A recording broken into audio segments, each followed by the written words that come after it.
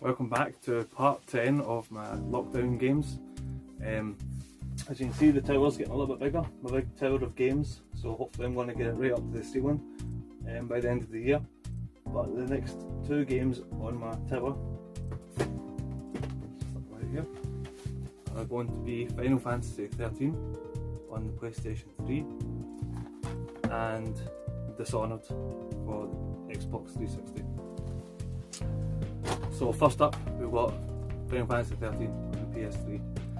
Now this game split a lot of opinion back in 2009 when it was released. It split the fan base, I think. I think the majority of the Final Fantasy fans hated this game. They didn't like it at all, and there's a lot of good reason for that. Because of the linear storyline and the approach it took with the game. For me personally, I thought it was a pretty good game. It was a big difference, a big departure from Final Fantasy games. I mean, an example I can give you is that there's no towns in the game at all. There's no world map as such. You know, you don't get to go into towns and you don't get to go into little inns and things like that. It was a big departure from the series. But for me, I thought it was really good. I thought the characters were really interesting. I never got bored of the game. It kept on pushing you forward and pushing you through the game. It didn't let up. The music in the game is stunning. Brilliant music, as in all Final Fantasy games. I really enjoyed the music, and the graphics are absolutely exceptional. The graphics are fantastic in this game. I think once you get to the final third of the game, there is a kind of open space to roam around in, and there's lots of different side quests and things like that. But I think for a lot of the fans, it was just a little too late for them, because there is a lot of game to get through before you get to the open world. The battle system in the game is brilliant. I thought the battle system was really unique in the terms of it's kind of automatic, but there's still a lot of strategy to be utilised. Like, you've got to pick out, so you get 3 people in your party, and you've got to pick out one as being a healer, or one as being a commando, and one being a sentinel who's like a tank. Other people, and then there's like magic users, and you've got to kind of tweak your system to make it work against the enemies or the bosses, and sometimes that in itself can be really tough.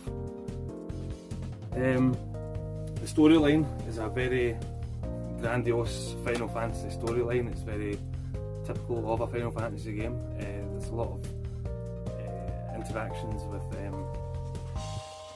with your characters, and the story kind of revolves around the sea and the gods, and how you become a foul sea, I think it was, where you are chosen to undertake this mission for the gods, and the mission is to bring around Ragnarok.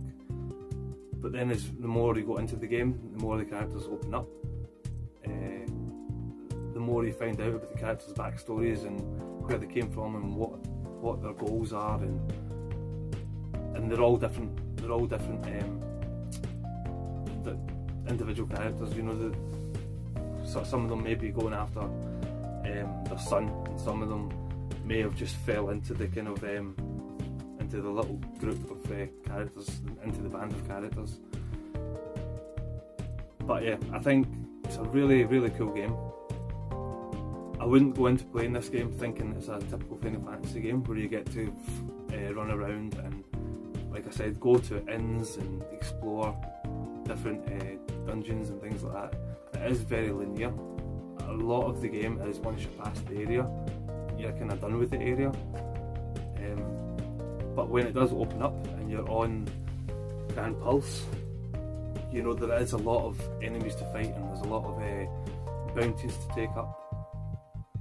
There's also the ultimate weapons to go and find. There's the Eidolons, which is the summons in the game. They're also really cool. I'm pretty sure you can go and find the Dark Eidolons. I haven't gone to find them yet. You can unlock the Chocobos as well. But again, all of this is 40-50 hours into the game. You know, like you really have to slog through the story to get to it. But for me, I thought the story was gripping. I thought it was interesting and entertaining. A lot of work's gone into the game. You know, the game looks beautiful. The storytelling is great. You know, they've done a brilliant job with the storyline. And yeah, it's hard to recommend it because of such a departure that it is. But for me, I really enjoyed it, and I thought it was a good 60 hours spent. And like I said, I started playing this at the start of December, and I finished it. I believe I finished it on New Year's Day, so it took me a month to play through this game. But like I said, I did enjoy it. I was gripped by the story. Some of the bosses were really tough. I remember there was an area, Tajin's Tower. The boss on that was super hard, so hard, solid. But I finally got through it, and yeah. Would I recommend it? I'm not so sure. It depends on if you're after a traditional Final Fantasy game. I don't think I would, but if you're open to try it, then I would. It's not a waste of time. It's a really good game. And then the next one is Dishonoured, which was a recommendation from Marcus at Dad and Lads Gaming. I think I commented in one of his videos, and he commented back, or he commented on one of my videos. I can't remember what it was, but yeah, what a game this is. It's just the kind of game that I like. A good storyline with good, strong gameplay mechanics. And the world is so rich. You know, there's so much going on in the world. So you're in a fictional place called Dunwall, and you know there's the plagues hit it, and it's just a desolated place. It's just run down. It's completely. It's not a nice place to be. But you play as Corvo Altano, and you're the bodyguard to the Empress. And the storyline goes that the Empress gets assassinated, and you are framed with the murder, and then the Empress's daughter gets kidnapped. So you get framed with the murder, you're taken away to Dunwall prison, and then eventually you do escape with the help of the loyalists, and they're the guys that take you in, they help you out, and they give you your missions. And the missions are brilliant. There's the multiple ways that you can go about doing the missions is really cool. It kind of opens it up a wee bit as well, the gameplay.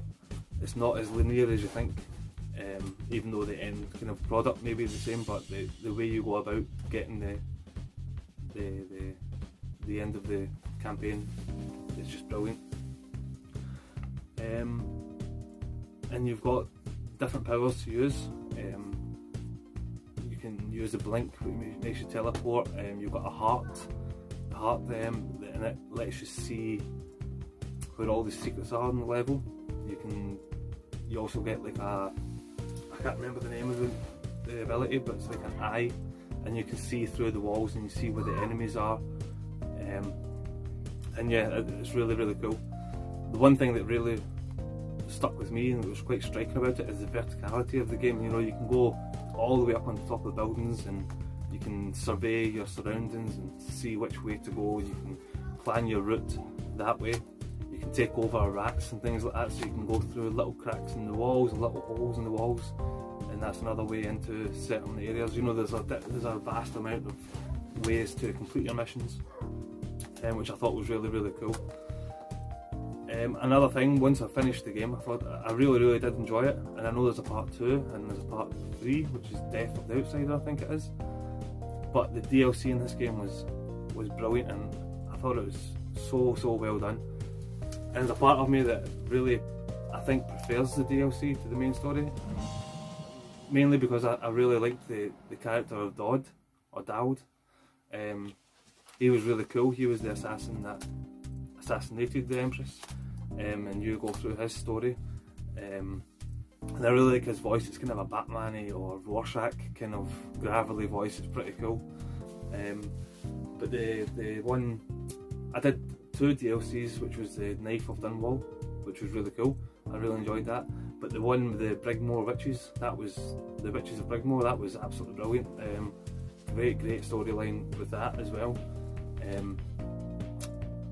don't know if I want to give away the story, but the witches had like this plan as well to overthrow the empire. They wanted to take control as well, and the way that they were planning to do it was really unique and imaginative. I really enjoyed that as well.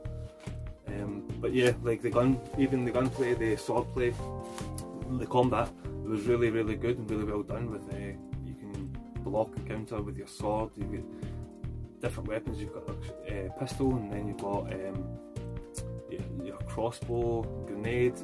It's a really cool game. I would really recommend this one because it was exactly what I was looking for. I was looking for a game that, and it did. It reminded me a little bit of Bioshock. And Bioshock, I absolutely love Bioshock games, and in the sense that it is a story-driven game, and the characters within the game just really bring it to life. And even the world, the world of Dunwall, it's really well put together. It's really well structured, and yeah, I do look forward to getting Dishonored 2 and the Death of the Outsider. I think those games will be absolutely brilliant. But anyway, those are my next 2 games on my lockdown tower of games. Yeah, pretty cool games. And sorry, I should have mentioned as well, I wanted to play Final Fantasy XIII because I wanted to get into the trilogy of the games and I wanted to know the characters. So now that I've done that, I'm going to have a little break from Final Fantasy, but I do look forward to playing Final Fantasy Part 2 and then Lightning Returns at a later date. But yeah, I really enjoyed both of these games. And the thing is, with the Tower of Games, if I don't enjoy a game, then I don't put it on I don't finish it, and I don't put it onto the tower. I'm not going to put a game that I've not finished on the tower. I'm not going to put a game that I don't like on the tower, because I don't finish it pretty much. But anyway, thank you very much for listening to me ramble on about these 2 games, and take care and see you next time. Cheers.